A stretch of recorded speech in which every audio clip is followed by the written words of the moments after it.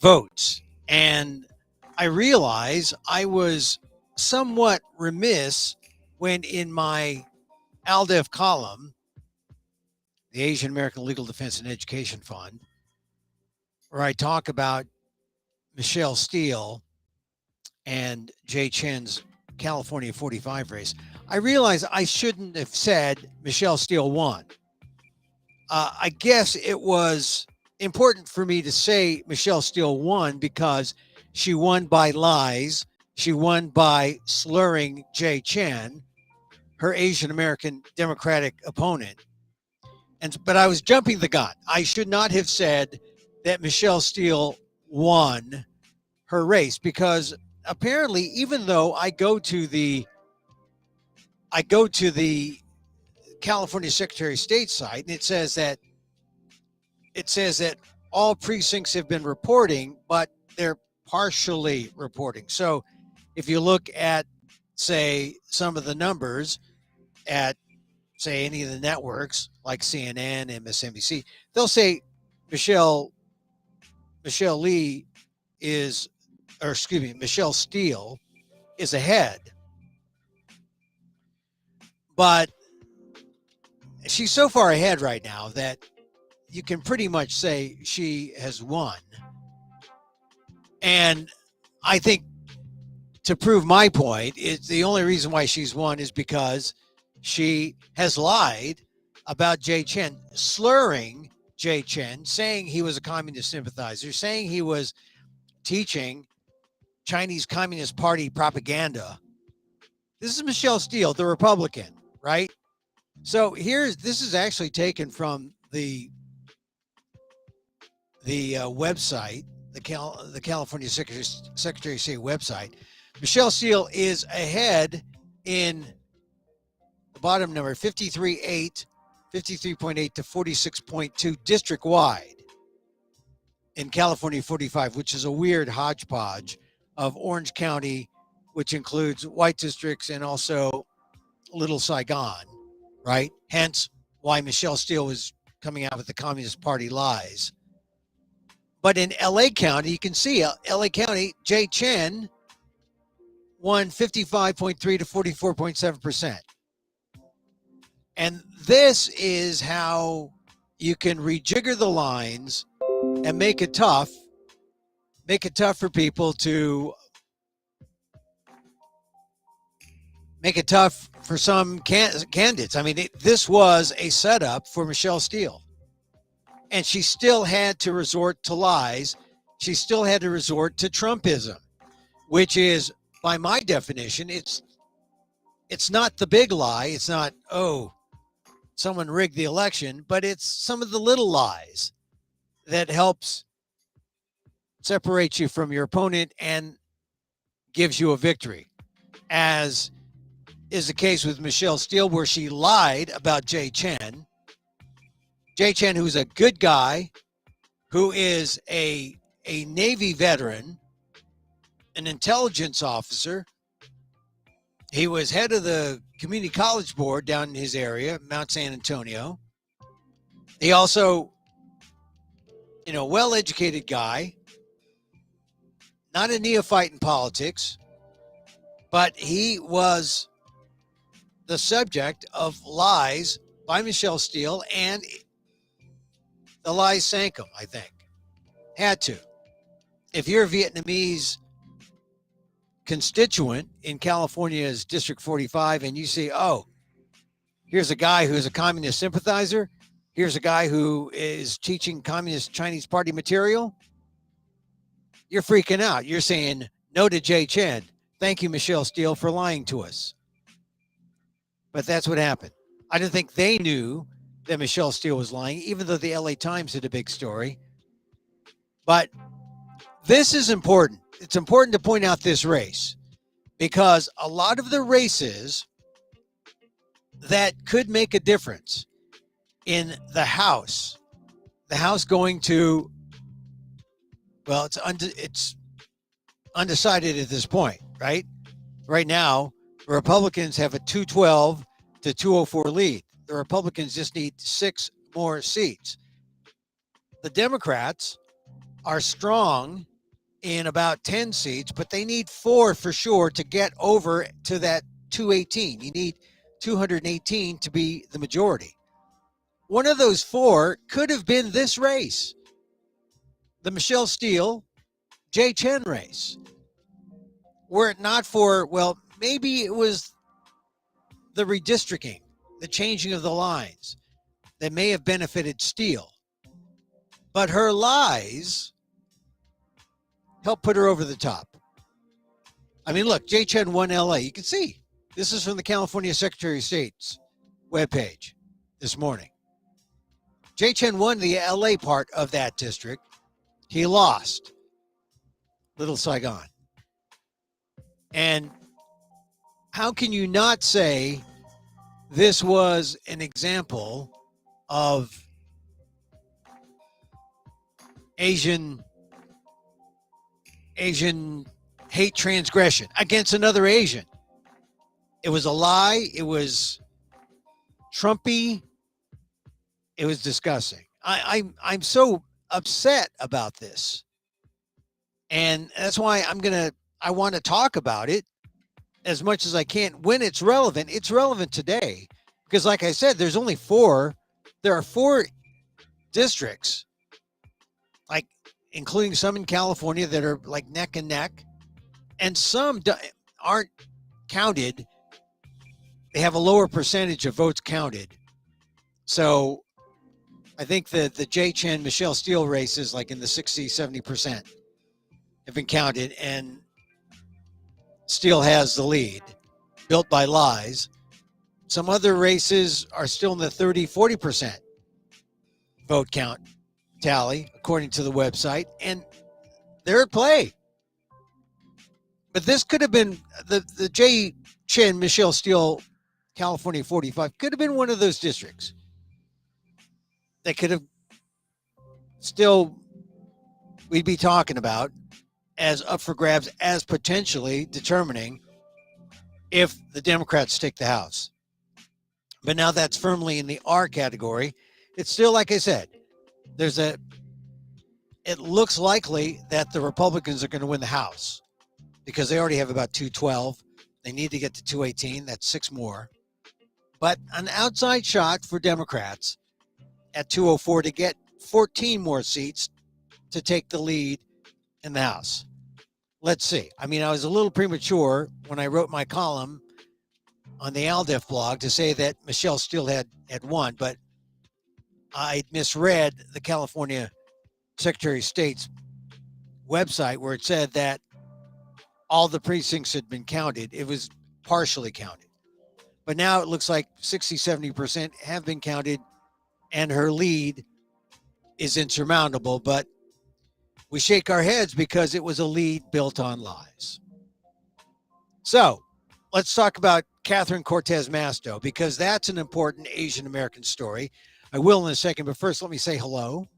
Hi, it's Emil Guillermo, Emil Amok to you. Welcome to our program. This is Emil Amok's Takeout, my takes on all things considerable, where I talk about the news from an Asian American perspective. I've got a lot of experience in the news media, television, radio, national, local, regional, ethnic, white, newspapers, websites, and I have an opinion. Clearly, I have an opinion. So thank you for joining me here. We did our show on Friday. If you saw show 429 with Daniel Phil Gonzalez, we talk a lot about the stuff that's coming up. But we didn't know that Catherine Cortez Masto would win, and she was declared the winner sometime on Saturday night. I just want to point out how significant Asian Americans were. First of all, if you saw Catherine Cortez Masto on the news, you saw that she has a lot of people behind her, and it usually is a very diverse group. Like, I got my gong man behind me. He's got an animal rights t-shirt. So, I'm kind of diverse in some ways. But she had a diverse crew, including an Asian American who I think was a Filipina, Can't be sure, don't know, but a very diverse crew behind her. And in fact, Asian Americans, I think you'd have to point to Asian Americans as a significant part of the coalition that helped get the votes for Catherine Cortez Masto to win the Senate. According to the ALDEF, the Asian American Legal Defense and Education Fund exit poll, and this is an exit poll unlike other exit polls, because first of all, it was nationwide. It was in, 15 states nationwide, but the key thing is it was in multiple languages. I don't think you're going to get that from any other mainstream poll or any other poll conducted by a big mainstream news organization. They're not going to say, "Oh, would you like an Urdu exit poll, or would you like this exit poll in Tagalog?" No, they wouldn't do that. They'd say, "Next, looking for the English guy, looking for the English speaker." That's what makes the ALDEF exit poll credible, real, and worth looking at. And if you look at just the Nevada numbers, the vote for Senate, Asian Americans on the exit poll, 66.9% said they voted Democrat. Only 25.6% said Republican. 6.9% said other. They could have written in Emil, I guess. 0.6% said did not vote, but that number, 66.9% Democrat, 25.6% Republican, that is a significant amount. And you consider the Asian Americans with the African Americans and the Latinos and labor, there's a coalition. You want to know why Catherine Cortez Masto was getting 60% of those write-in ballots? It's the universal ballot. Everyone got one. And then, so they were all outstanding, and they were going to accept the ones that were postmarked by election day. So they could have come in as late as Saturday. They're counting them. Catherine Cortez Masto was getting 60%. In line, 60% of all those mail-in ballots. Sort of in line with the vote for Senate exit poll of ALDEF, 66.9% Democrat. This is a proud moment for Asian American voters. You showed your muscle. You showed your muscle. And now, because of that, the Democrats have control of the Senate. We were talking about this all throughout last week. Well, if they won Arizona, which they did, and if they won Nevada, which they did, then they don't have to worry so much about Georgia, which they will. I mean, they will. You can't not worry about Georgia. It actually would be a luxury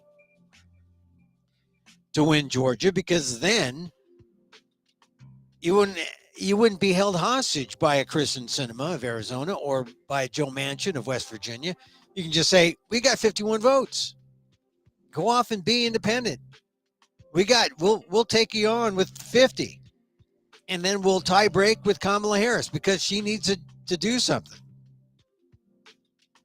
I think this sets up the Senate nicely. And I think if you think about the senior chamber, I think I would rather have the Democratic majority in the Senate rather than the House. Although the House sets the agenda, if you don't have the Senate, nothing goes through. So congratulations, all you Nevada Democrats. Congratulations, Asian American Nevada Democrats. You gave the Democrats the Senate majority, and that's worth a cheer. And in lieu of a cheer, a talk show implement. So, that Asian American exit poll from ALDEF, also interesting because in Nevada, the Joe Biden approval level was 61.4%. 61.4%, only a 27% disapproval rating. That is like massive love for Joe Biden by Asian Americans.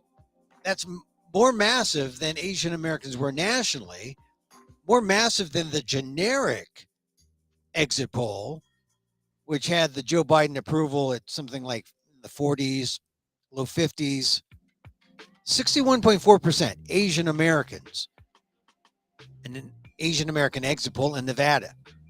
That's why I don't think many people were sweating the fact that Catherine Cortez Masto would eventually overtake Adam Laxalt.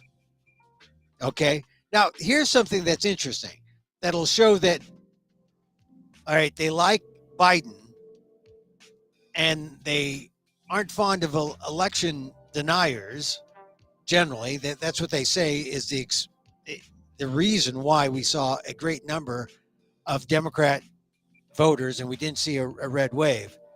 But get this, in Nevada, on the question of do you support access to legal abortion, only 42% supported. 39.5% were opposed, which is an odd kind of number when you think about it, because usually the abortion number is like 50-60% support nationally in the exit polls I've seen among Asian Americans. And like I said, the Joe Biden approval rating is lower, like 40-50. But in Nevada, the Joe Biden approval rating was like 61.4. Support for access to legal abortion, only 42%, with 39.5% opposed. It was almost like split. And I'd have to think that has to do with Catholics, Catholic Filipinos, Christians among the BIPOC community. Maybe I'm speculating here, but it's an interesting little insight into Nevada, the state that we have to look at now as this is what gave us Catherine Cortez Masto. This is what gave the Democrats the majority in the Senate. I think the thing I also think is worth noting is how we're trying to figure out, well, why did people vote the way they did? And how does this translate into, is this a mandate for anybody? It's probably not a mandate. It's probably not how do you go ahead and lead from here on? I think this says we're divided in maybe a good way in Nevada. But it shows that you take these exit polls and you try to make sense out of them, and you see where it shows a very nuanced and complex electorate. You try to make sense. You try to make sense of it to create policy that appeals to all. And, it's not easy. And it's not going to be easy in this new era if things hold in the House and the House has a very slim Republican majority. It's going to be hard to come up with some things that's going to appeal to the more radical elements of both sides. We're going to have to come meet in the middle somewhere. In Nevada, the top 4 factors influencing the House vote: healthcare, 20.4%, economy and jobs, 17.3%, education, 10.8%, and immigration, 10.8%. It's one of the few times that immigration crept in. And I'd have to say it's probably because of a high number of Latino and Asian American, Filipino, and Asian American in general voters in Nevada. Anyway, Nevada, an interesting state. The facts I'm giving you here, the figures I'm giving you here, come from the ALDEF, the Asian American Legal Defense and Education Fund exit poll, just to give us a sense of how important Asian Americans were in helping Democrats get that majority in the House. So it's close in the House, and still mad at California's District 45, and Michelle Steele, her lies. I mean, I bring up Michelle Steele again and her lies because to me, she is an example of Asian American Trumpiness. And I wonder now how many Republican Asian Americans, and right now, based on the ALDEF exit poll, we're at about a 60-40 split nationwide, Democrats to Republican. And I'm wondering how, at every juncture at 2016 to 2020, Trump would do something crazy and you'd look at your friend, Asian American, and you'd say, now are you ready to like come to your senses? And a lot of times people didn't. They said, "Oh, well, no, I'm sticking with Trump. I'm sticking." And now after the 2020, I'm not sure if people are going to stick with Trump. This is Monday. Tomorrow is Tuesday, and Trump is expected to announce. There's a number of things that have been breaking in the press. The Washington Post was reporting. Their Washington Post exclusive today is investigators see ego, not money, as Trump's motive on classified papers. A review by federal agents and prosecutors found no clear business interest in the former president's decision to keep classified documents in Mar-a-Lago. People familiar with the matter said. Those are the anonymous sources. But, people familiar with the matter, that's the important line in journalism. That's what separates the great journalists, because people talk to them, people familiar with the matter. And I'm just a person familiar with the newspapers I read. But investigators see ego, not money. So that's Trump's motive for keeping those papers at Mar-a-Lago.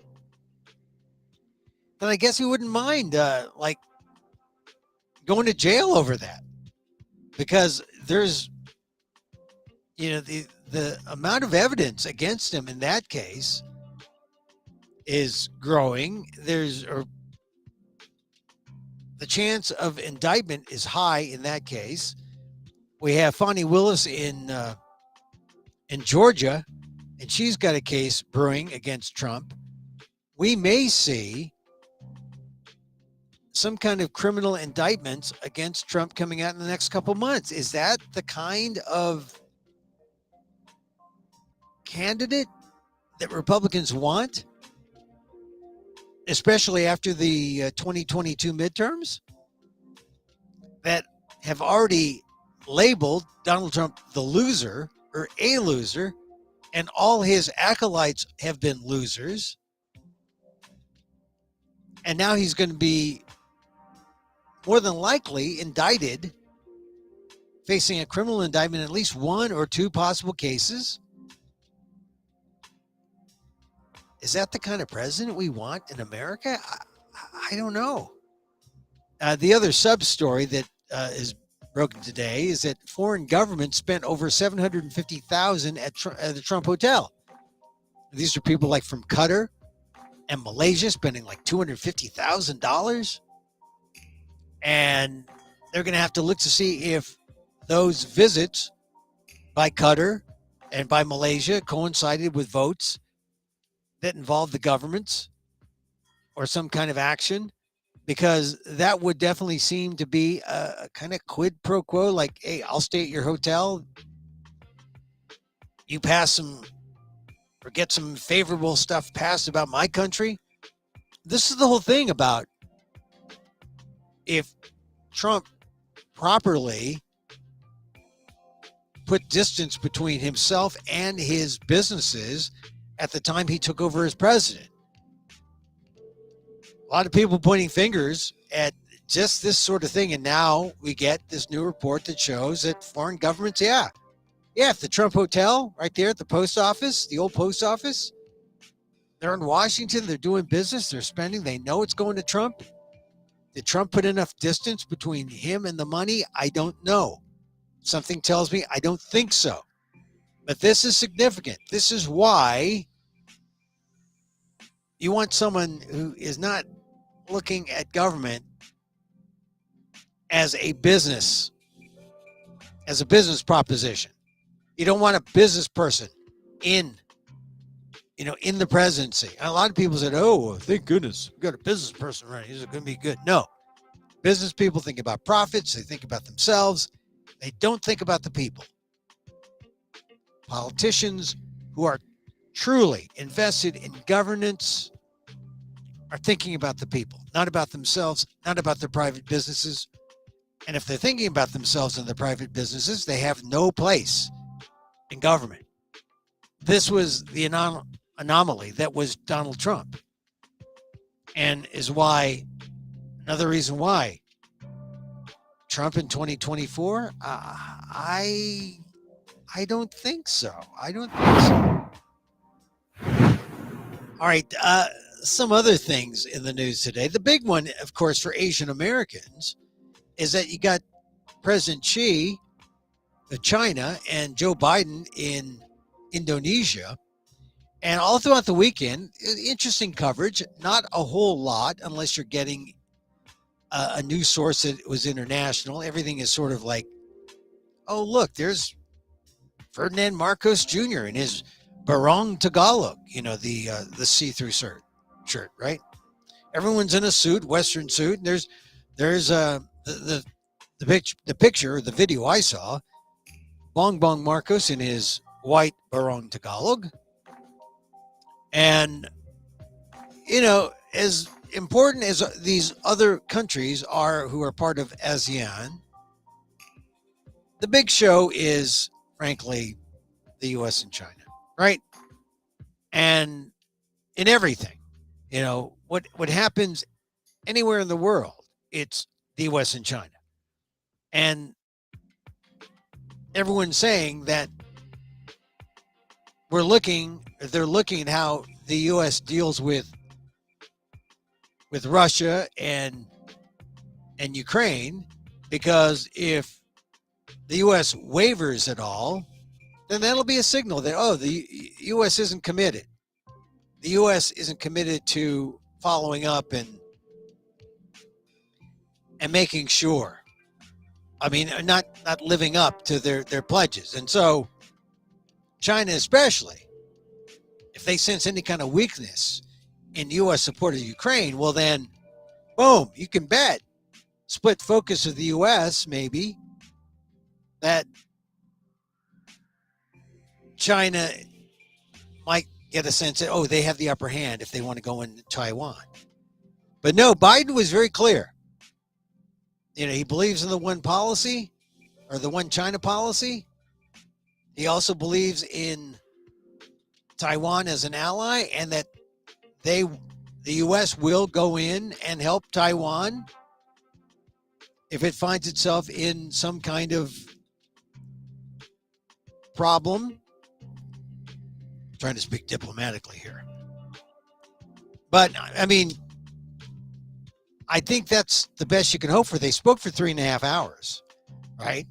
And so the good thing about them talking is at least they're talking, right? But I was listening to Gordon Chang, who he goes on the talk shows to talk about all the dog and pony stuff with diplomacy. And what's interesting is he said that the question was, is China, or does President Xi look at Biden as an equal? And you would think, well, they talk to each other, they Zoom, they now know each other from several of these meetings. Gordon Chang said, no. I mean, look at this video. And the video showed President Xi standing at the center, Joe Biden coming up to Xi, and the interpretation was, this shows Biden in a sign of weakness going up to Xi. Xi wasn't going to Biden. Biden was going to Xi. Biden looks weak. I'm sure that played to some people around the world. If you're a China watcher, if you're Chinese, if you're pro Beijing, you looked at that and said, we got the upper hand. I know that didn't necessarily occur to me, but that's an interpretation that's out there. Biden did a press conference where he made a statement. He said, look, we talked for 3.5 hours. We're going to try to work out differences. We're going to try to do some things that are going to, make sure the world is safe. One thing I noticed, I didn't hear any of this, anything about COP27, the climate change meeting. And this is important because the two biggest players, really, when it comes to climate change, is the U.S. and China. The two biggest. And I was thinking before today, I was thinking, well, what is it that the U.S. and China could land on that could be something that could show, hey, we're working together, or we're trying to make the world a better place? I mean, one of the things that, I subscribe to Inside Climate News. It's a great little publication that gives you climate change reporting that you're not going to find in the mainstream. But when it comes to COP27, what Inside Climate Change found interesting is that for the first time there was some talk about reparations for the developing countries, right? And how to create a fund to help those smaller countries, the developing countries who are going to be swamped by climate change pressures. And I guess about Pakistan, right? Most of it underwater, right? Deadly flooding, actually a third of it underwater for months. How do you deal with that? Well, the only way you can deal with that is if you have climate reparations for these developing countries.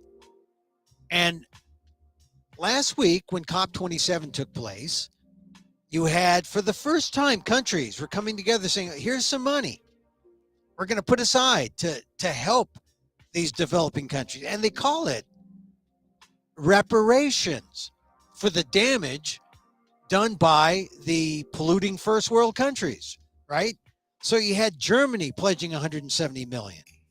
You had Australia pledging 50 million. You had Ireland pledging 10 million. You had Belgium, tiny Belgium, with the Pissing Boy statue, promising 2.5 million. You got Scotland, which pledged 2.2 million. Oh, actually, they did last year when they hosted. Remember, it was in Edinburgh, COP26. But for COP27, they doubled it to 5.7 million. Denmark has promised 13 million. Now, that adds up to about $250 million. Sounds good, right? Not when you need 200 billion.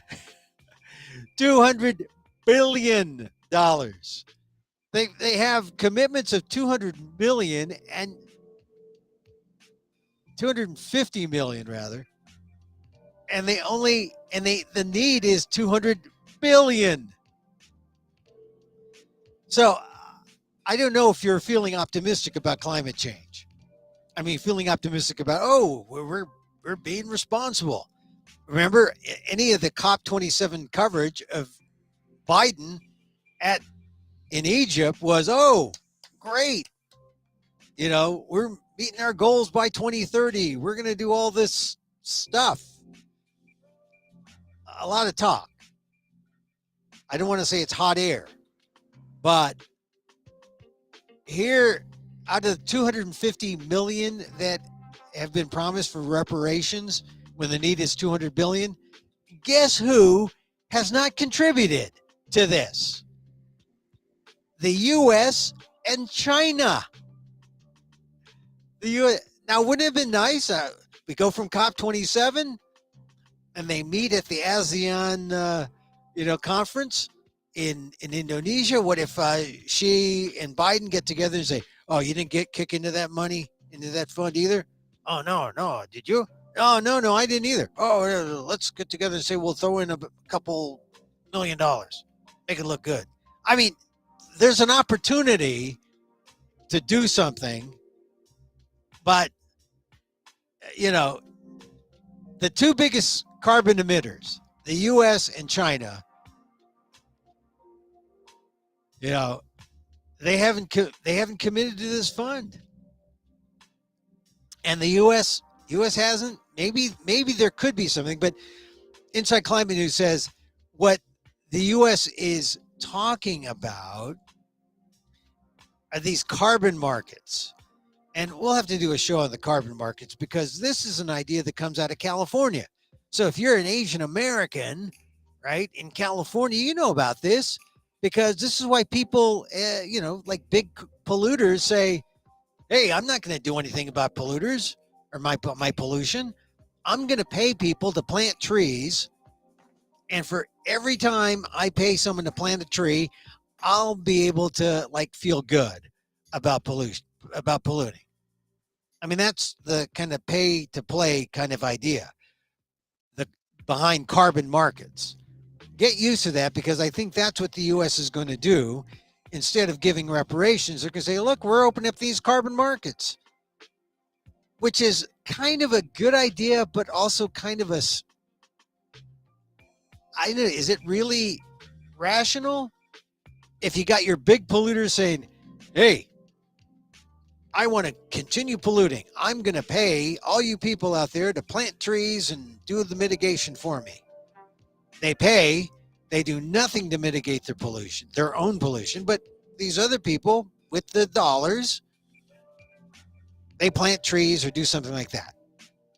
I mean, it's not like an immediate thing because trees take time to grow.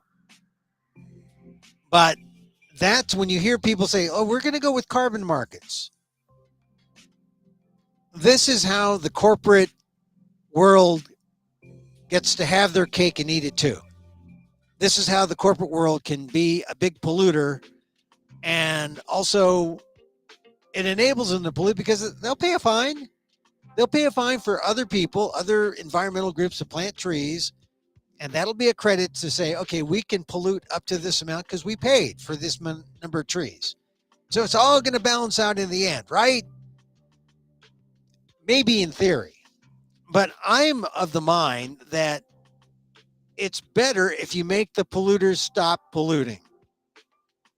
The tree planters are fine, but it's better to get the industrial giants to stop polluting and not pay their way out of their sins. But that is the way the corporates are dealing with climate change. It's a little ridiculous, I know, but that's the idea. I'm a big polluting corporation. I'm not going to change the way I do business or change the way my plant does business. It's going to pollute like crazy, but you're going to find me, and I'm going to pay other people to plant trees to offset the pollution I give, the pollution I put out. That's the way things are working. And that doesn't sound like a good idea to me. So maybe, you'll have China and Joe Biden get together before the ASEAN conference is over and they'll say, hey, why don't you kick in some money to that reparations fund for climate change? Okay, we'll do it both. And that way we'll walk away victorious. Because I don't know, right now, it looks like if they spoke for 3.5 hours and the best thing he got is, well, we still believe in a one China policy, but we're going to help our Taiwanese friends.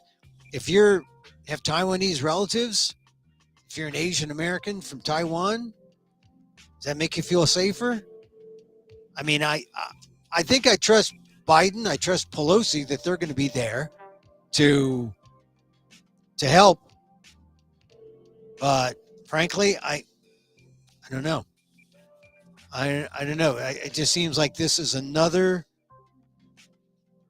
The Xi Biden talks are just another way to say, hey, we continue to kick the can down the road together. As long as we're in lockstep together and maintain a peace, we can avoid Cold War. We can avoid any kind of distrust. Well, I don't think you can avoid distrust, but you can avoid violence. Oh, oh, there. We can avoid. We can avoid war. That's that's all we're trying to do. Knowing that we can just keep marching down together, parallel.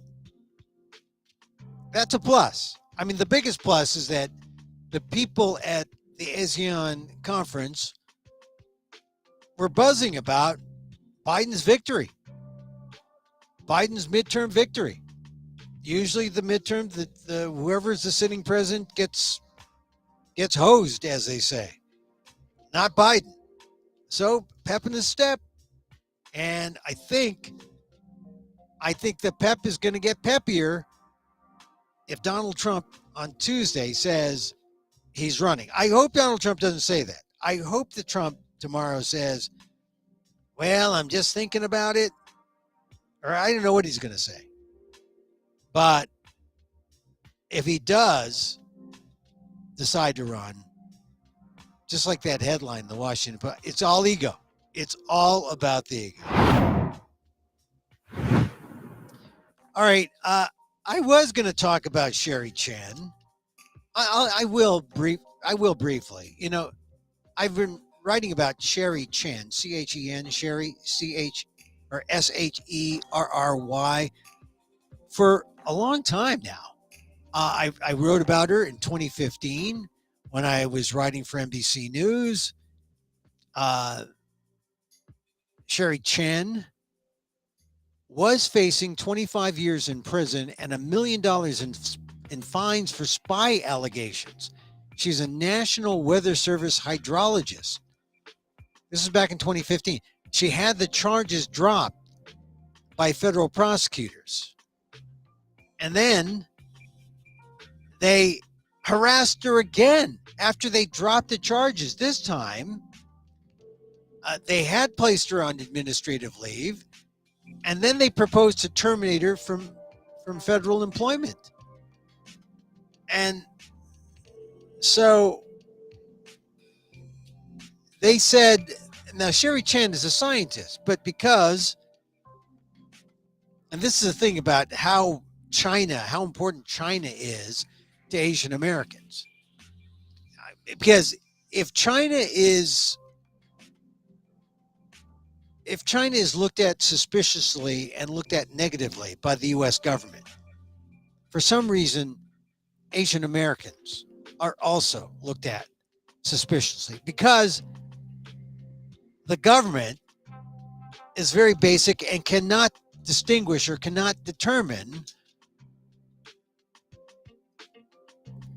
who's an Asian American that is trustworthy, apparently, and who is a member of the Chinese Communist Party, who is not a citizen of the U.S.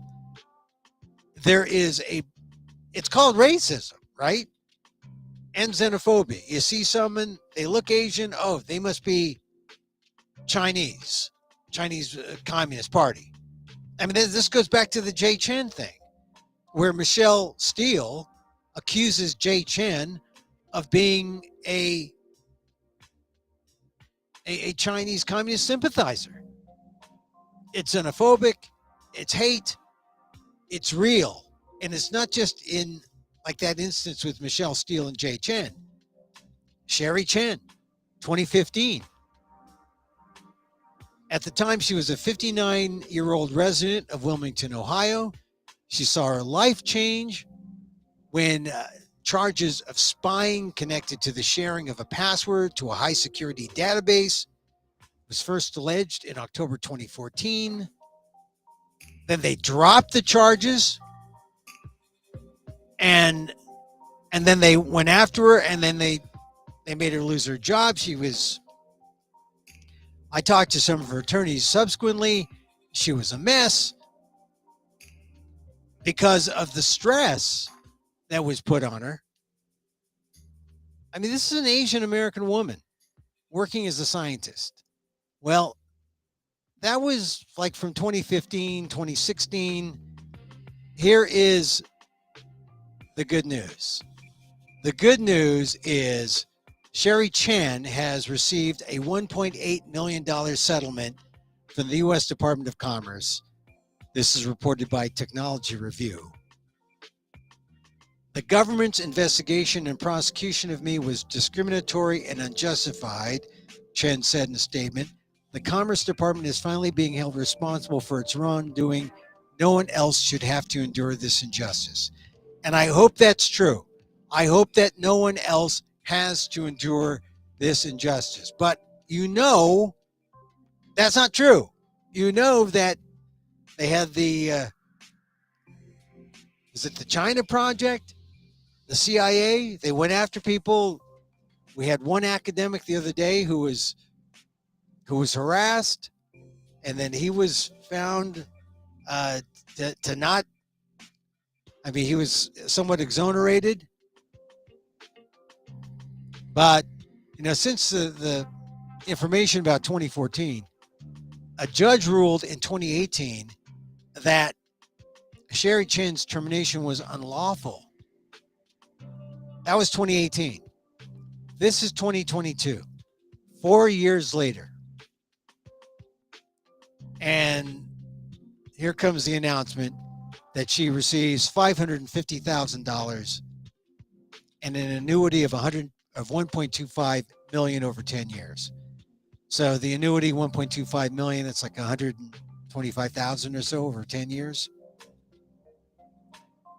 But she gets 550,000, I imagine, lump sum now. And is that enough? I don't know. Sherry Chan, because she accepted the settlement, has to play ball. And her statement is, the government's investigation and prosecution of me was discriminatory and unjustified. The Commerce Department is finally being held responsible for its wrongdoing. No one else should have to endure this injustice.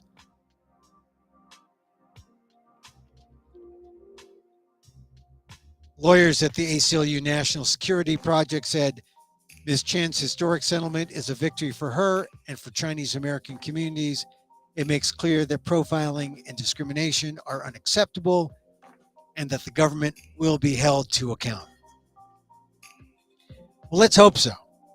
But I remember talking to Sherry Chan's lawyers in 2015 and 2016, and then again in 2017. It's been a long, hard road. And when she got the ruling in 2018, look, it's taken 4 years for them to come to this settlement. $500,000 and an annuity of 1.25 million over 10 years. So roughly 125,000 a year. I don't know if it's worth it. I know she didn't do it for the money. But I would just rather the government not be xenophobic, not be racist, not be discriminatory, and not go after Asian Americans. That's what I'd rather see.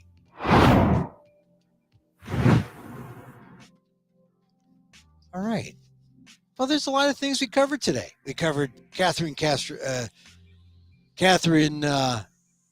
Masto. Notice how easy it is to say Mastro Cortez, but it's not. It's Masto. And like I said, Asian Americans in Nevada did what they could to put her over the top in Nevada, and subsequently or consequently giving the Democrats control of the Senate. I'd like to see the Democrats take control of the House. It's going to be hard finding those 4 4 districts. They need 4 districts to overcome what looks like real Republican control over the remaining districts that have not been declared. They're still counting. And here's what I say. I say if they're still counting, I saw where Kerry Lake's folks are getting real upset, and they want military intervention, which is absolutely crazy. You don't need military intervention. You need more people counting, because the more people, the longer this takes, the better it is, because it means when people say your ballot counts, your vote counts, that's not lip service. They're taking the time to count the votes. That's important. That's what's needed. If they knew instantly and said, like after a day, oh, we counted all the votes, all the mail ballots you counted. Yeah, we got them all. We estimated. We did a look. See. That's how you get corruption. That's how you get voter fraud.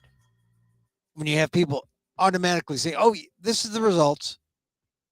Slow is good. Slow is good when it comes to this sort of thing. So we also talked about COP27. That's interesting about COP27. Reparations. Yeah, like who's going to pay for the people who are suffering because of climate change? Pakistan, a third of it underwater. And then we'll see what else happens in China. But as you can see, the tension in China has real consequences. The tension in China has real consequences in the American bureaucracy. When you see someone like Sherry Chen, a scientist at NOAA, who suddenly gets looked upon with,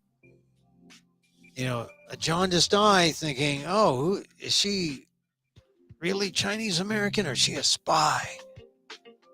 And you see it's still happening. It's still happening to this day. I hope the news that Sherry Chen has won $1.8 million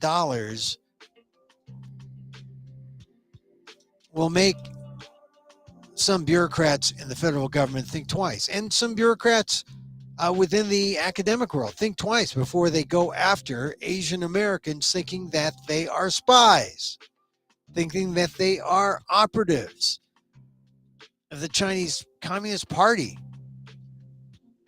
Of course, then you'd have to go after Michelle Steele, who's heading to Congress, because she accused her Democratic opponent, Jay Chen, of being a communist sympathizer. I'm telling you, this stuff gets rooted out over time. And even when you have victories, like the Sherry Chen story, it's still tough. All right, so regular listeners of our program, or maybe you're a watcher, you can watch us. The replays are on amok.com. We play this live on Facebook, fb.com/emilguillermo.media. Also on, we're also on Twitter at Emil Amok, and on YouTube. My really sad, pathetic YouTube channel at Emil Amok 1 on YouTube. Check it out there. You can see all the past shows, see some of my other podcasts, see the PETA podcast there at Emil Amok 1 on YouTube. Now, if you've been listening to our show for some time, I like to meditate. I like that because I'm convinced you need that self-love. Self-love is the answer. A little loving self-kindness goes a long way. And it does. It does. It goes a long way. So we practice them here. And a lot of it is just thinking of someone who you love, think of that person, saying a little prayer, and then seeing someone you hate, and then extending them. That's a challenge. Extending them a little prayer. Seeing people you're indifferent to. Just people who, just walking by in the street and don't have an opinion, but you want to show them some love.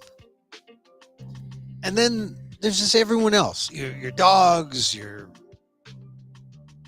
neighbors, just everyone in the world, right? And you go through this series of prayers with each, and by offering that, what you find is the love you offer to others first comes back. And that's how loving self-kindness is helpful. And so here's the prayers, and you can change the words, but it goes something like this. As I wish for me, I wish for you. May you be safe. May you be happy. May you be healthy. And may you live with ease. That's a prayer. Think of all those different people or groups that I mentioned. Say it to them. And see how it makes you feel. It should make you feel better.